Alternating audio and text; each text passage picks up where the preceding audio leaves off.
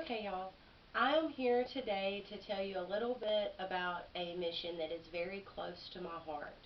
It is called Operation Christmas Child. You ask me, what is Operation Christmas Child? Well, Operation Christmas Child was started in 1993 by Samaritans Purse. Samaritans Purse is a non-denominational, evangelistic Christian missionary group whose main goal in life is to help people in poor countries or in countries and areas that are hit with natural disasters or famine or war or hurricanes or any number of things. But they have a group that's part of their total mission that is called Operation Christmas Child. And what Operation Christmas Child is, it's a year-round endeavor that is done mostly by volunteers across the world. And we pack shoe boxes for children all over the world that live in areas that are stricken with famine or war or disease, or just they're the poorest of the poor. And we pack these shoe boxes not only with little toys, but also with hygiene items, clothes, things that they wouldn't get otherwise. And we send them to these villages where these children are, and they're handed out. And it could be the only gift that this child receives, not only that year, but in a lifetime. So it really has the potential to make a huge impact on a child's life. And these shoe boxes, basically, there's 5 easy steps to them. And if you want to pack a shoebox, I'm going to tell you how. Because if you've never done it before, I urge you to try it because it's a really great cause and you could definitely help a child out. But the first step of packing a shoebox is to get a shoebox. Okay? It doesn't necessarily have to be your traditional shoebox.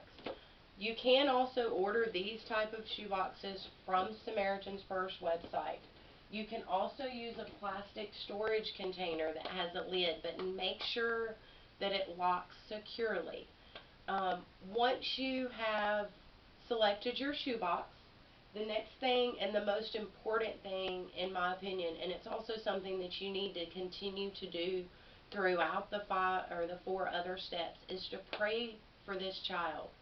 Pray on the shoebox. Pray for the child to just be filled with the love of Jesus Christ.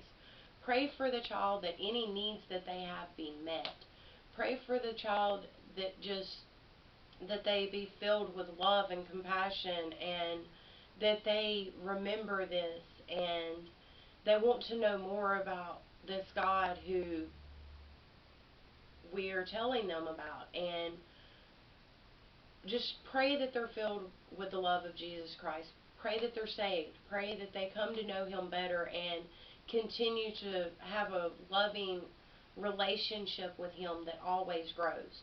But prayer, in my opinion, is the most important step to packing a shoebox, because you put your heart into this shoebox and that child knows.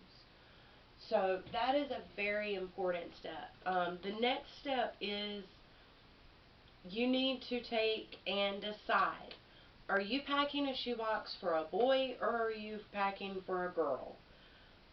Determine whether your gift will be for that boy or girl, and also the age category.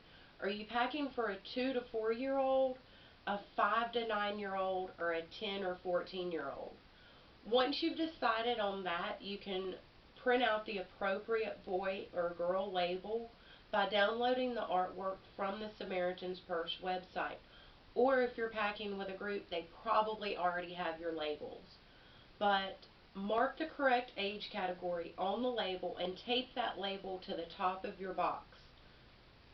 I always enjoy packing labels, I always enjoy packing shoe boxes for little girls because I have a little boy and I don't get to buy little girl stuff very often.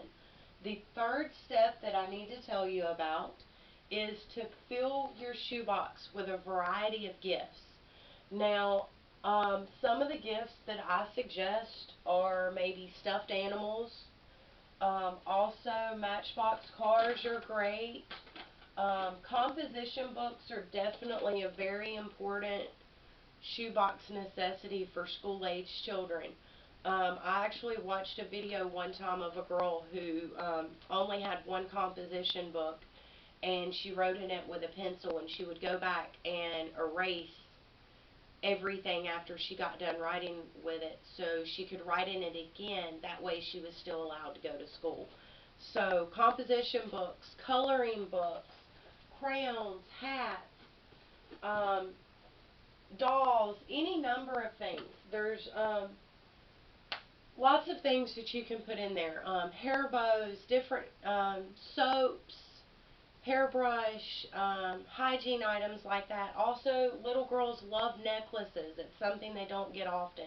There are a few items not to include in your shoebox that I need to mention. First off, that's liquids. Anything that is war-related toys, guns, army men, fireworks, no candles, nothing like that. No liquids, no aerosol cans, nothing that could be dangerous to the child. You don't want to include anything like paints. And the one big thing is the war-related stuff. Do not include G.I. Joes. I know it's cool for kids here, but they live in a country full of war. The last thing we want to do is encourage more war by the toys that we send. So with that being said, there's also a list on the Samaritans Purse website for items that they suggest that you include, as well as items not to include. The next step, after you have filled your shoebox to the very tip top with all this great stuff, is you need to include $7 in an envelope for the shoebox, and that's to cover the cost of shipping. Once you pack your shoebox, just put your money in an envelope on the top, and be sure not to tape the lid on the box, because once it gets to the processing center, it's inspected and they make sure that the money for shipping's in there, and they take that out and they put it in the shipping cargo bins, and you're covered. But make sure you have your $7 in there to cover the cost of shipping. If you're packing shoeboxes with a group, then just take and write one big check. Lastly, you need to drop off your shoebox. The closest drop-off location to us is actually the church that I attend, but you may have a different one in your area. But just go to SamaritansPurse.org and find out where the closest drop-off point is to you. The last thing that I want to say is I hope that I've not only informed you about this wonderful mission that Samaritan's Purse is doing, but I hope that it has inspired you to try it as well. I discovered Operation Christmas Child a year ago when a dear friend of mine who has volunteered with them for many years shared some of the stories and her experiences with me. My heart was touched by how God moved, and I watched countless videos of shoeboxes being delivered to these villages, and it amazes me how every kid gets a shoebox, and even though all the shoeboxes are different, the shoebox that a child gets seems to have exactly what he or she needed in it. That's the power of prayer, you guys. So I ask you today to go forth and pack a shoebox for a child who may have never received a gift before, and let God move, not only in that child's life, but your life as well. So thank you.